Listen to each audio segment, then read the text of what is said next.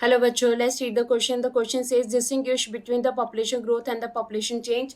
Question में हमसे कहा गया है कि हमें पॉपुलेशन ग्रोथ और पॉपुलेशन चेंज के बीच में जो डिफरेंस है वो बताना है. सबसे पहले तो हम पॉपुलेशन ग्रोथ की बात करते हैं. पॉपुलेशन ग्रोथ क्या होता है? It means the change in the number of inhabitants of a country or territory during a specific period of time. देखिए, हमारे पास पॉपुलेशन ग्रोथ का मतलब क्या होता है? किसी भी हमारे पास जो है कंट्री में या कैरेक्टरी में जो भी स्पेसिफिक नंबर है इनहेबिटेंट्स हैं, वहाँ पे रहने वाले जो लोग हैं, उनमें जो चेंज आता है उसको हम पॉपुलेशन ग्रोथ का नाम देते हैं. अब ये change specific period of time में हो सकता है. फॉर एग्जाम्पल हम जैसे हम सेंसस जो है वो 10 सालों में करते हैं, तो उस टाइम पीरियड में हम पॉपुलेशन ग्रोथ को चेक करते हैं.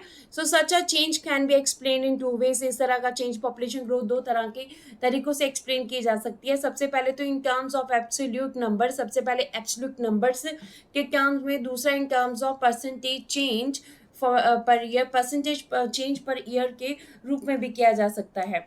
तो सबसे पहले तो एब्सोल्यूट नंबर्स जो है चेंज क्या होता है? Absolute numbers added each year or decade is the magnitude of increase. देखिए, हमारे पास एब्सोल्यूट नंबर्स क्या होंगे कि हर साल जो है हमारे पास कितना जो चेंज आ रहा है हर साल, या हमारे पास जो है अगर हम 10 सालों की जनगणना देखते हैं, 10 साल के बाद जनगणना करते हैं, तो उसमें जो पॉपुलेशन है उसके एब्सोल्यूट नंबर में कितने चेंजेस आ रहे हैं, उसका जो मैग्नीट्यूड ऑफ इंक्रीज है वो चेक किया जाता है. यहाँ पे अगर हम अपनी एग्जाम्पल की बात करें तो 1951 से लेके 1961 तक का डाटा हमारे पास है.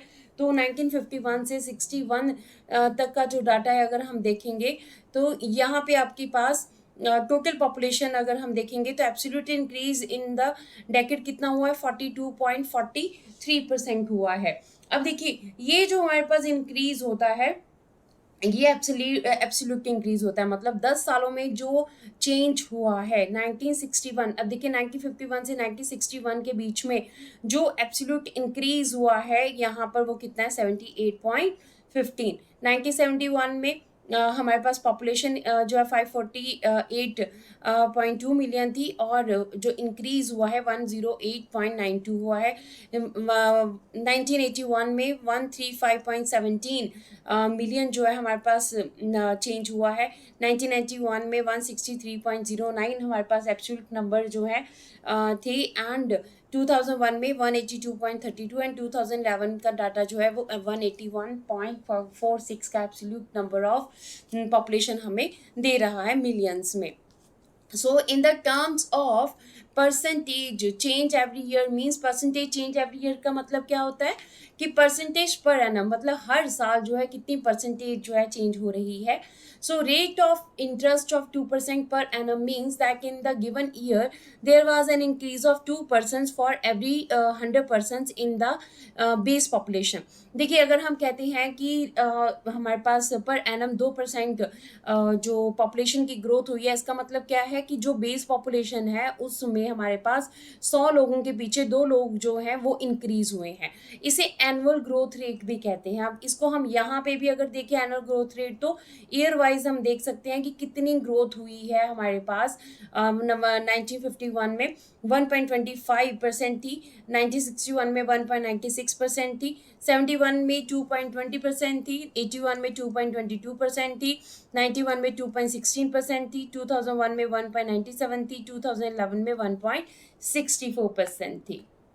सो यहाँ पे हम इंडिया की पॉपुलेशन ग्रोथ रेट को यहाँ पे ग्राफ के ज़रिए भी देख सकते हैं कि 1951 में हमारे पास जो है वो ग्रोथ 61 तक कितनी थी, और इसके बाद जो है धीरे धीरे जो है वो ग्रोथ रेट बढ़ी, और धीरे धीरे जो है ये ग्रोथ रेट जो है डेकेडल ग्रोथ रेट जो है वो कम हुई.